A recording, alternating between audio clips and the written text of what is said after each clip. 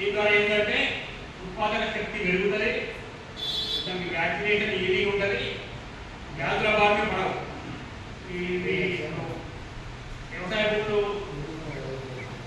పెరిగిపోయినాయి, పచ్చి మేతలు తగ్గిపోయినాయి, పైగా వరలు మేకలు తీయడానికి భూములు లేవు, అలాగే లేబర్ సరిగ్గా దొరకలేరు.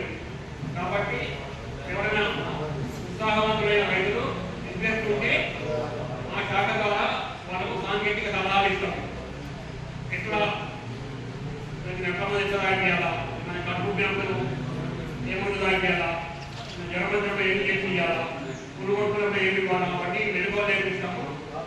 ఇవి ఏ గది పెంచాలి, ఏ గది పెంచి హాస్పిటల్ తోటి కటింగ్ చేస్తే లాభదాయకం ఉండదు, అవన్నీ నేర్పించబడతాయి. అందరూ కాదు, ఉంటే ఒక ఇద్దరు ముగ్గురు నలుగురు మీకు చాలా లబ్ధి ఉంటే వాళ్ళకు ఇతర లబ్ధి ఉంటారు. ఇది సెంట్రల్ గవర్నమెంట్ ప్రోగ్రామ్, ఆన్లైన్లో అప్లై చేసుకోవాలి. ఉదయాన్నే పోర్టల్ ఉంటుంది, ఆ డాటా కూడా దానికి ఎట్లా అప్లైలో సూచనలు చేస్తారు. ఇంట్రెస్ట్ వాళ్ళు దీంట్లో రికమెండ్ చేస్తారు, సంబంధించాలి.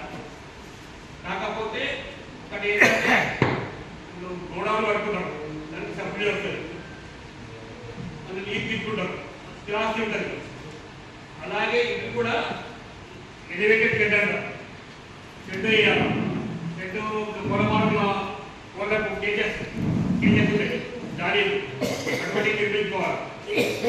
ఎప్పుడు సబ్సిడీ రిలీజ్ అవుతుందంటే సివిల్ కన్స్ట్రక్షన్, దాని షెడ్ 80% పూర్తయినాక గొడ్లు తెచ్చుకునే ముందు ఒక సగం సబ్సిడీ రిలీజ్ అవుతుంది. తర్వాత ఇంకా సంవత్సరం తర్వాత వాటి పిల్లలు కొట్టి అన్ని బాగున్నాయి, పిల్లలు రైతులకు ఇతర వ్యాపారాలకు కొనకాపాలకు అమ్ముతున్నప్పుడు సబ్సిడీ రిలీజ్ అవుతుంది. కేవలం సబ్సిడీ ఉపయోగించుకున్నప్పుడు మేము దాన్ని తర్వాత తీసేస్తామంటే కుదరది. ఖచ్చితంగా గ్యారెంటీగా గ్యారెంటీ వాడుతున్న గవర్నమెంట్ వాడుతున్నది ఇబ్బందులు అయితే దాని ద్వారా లబ్ధి పొందుతా ఈ గొర్రెల పెంపకం, మేకల పెంపకం ఏర్పడతా ఒక ఉపాధిగా మార్గం ఎంచుకుంటానే ఉత్సాహవంతమైన అయితే ముందుకు రావాలా. గొర్రెలు పెంచుకోవచ్చు, మేకలు పెంచుకోవచ్చు. సో ఇది మంచి పథకము. దీని గురించి ఎవరైనా ఉత్సాహవంతమైన రైతులు ఆలోచించవలసిందిగా సూచి. సార్ మీ నెంబర్ ఇవ్వండి సార్. ఇప్పుడు ఎండాకాలం ఉంది, ఈ ఎండాకాలంలో విపరీతమైన ఎండలు వడగాల్సి వస్తున్నాయి. పశువులు కూడా మనుషులాగా వడదెబ్బ పోయింది. అందుకు ఏం చేయాలా, పొద్దున పూటనే మేతకు వదలాలి.